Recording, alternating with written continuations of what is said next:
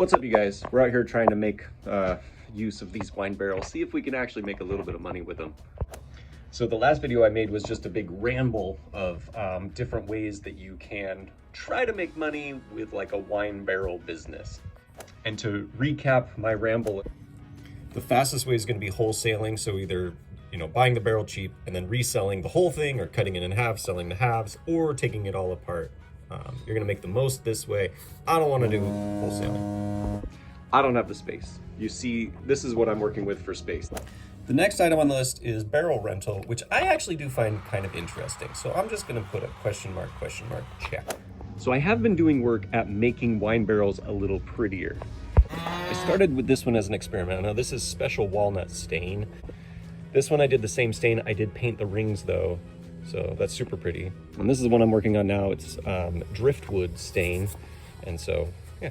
And then I've got a couple of other pretty barrels back there. The simple goal with the barrel rental idea is to have 6 barrels that are the same size. It's pretty important because if you're making like a tabletop or anything, you want them to be the same height.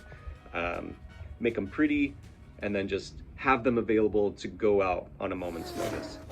But I'm at least preparing to just have 4 to 6 pretty barrels that I'm just going to post on a local like Facebook or Craigslist, and we'll just see what happens with that. I think adding on to that concept and creating some tabletops will add value to those barrels, because then when you rent the barrel, you can create a table with the barrel. Reasonably, for 4 to 6 barrels plus the table, you can make like $100 a day, maybe a little more. As you get into that busier, like wedding season, that kind of stuff. So then we go to crafts. And so we talk about making bigger things, high dollar amounts, middle-sized things, and then smaller items. So this is a chair kit. It's pre-cut, it's ready to go. I've got these staves ready for a project. The problem though, I haven't sold a chair in a while. So I've got some tables ready to go, but I've got a retirement community on my porch. I'm in Oregon. It's cold and wet in January, which is the month we're in right now. People don't want to buy outdoor furniture when it's cold.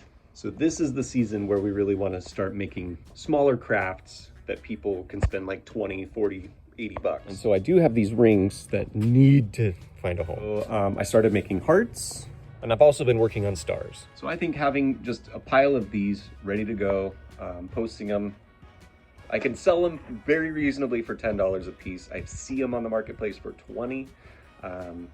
But I also feel like you can sell them on consignment for 10 and get rid of a bunch of them, because honestly, I'd rather not have rings just hanging out. So if I could make a bunch of stuff with these and then just get rid of them, that's way better scenario for me. Okay, so I think I'm gonna call it there. This is just documenting progress, see if we can beat last year's numbers for running a wine barrel business. And if you guys have ideas of different things that you're doing, let me know, because let's start a little community here. All right, next time.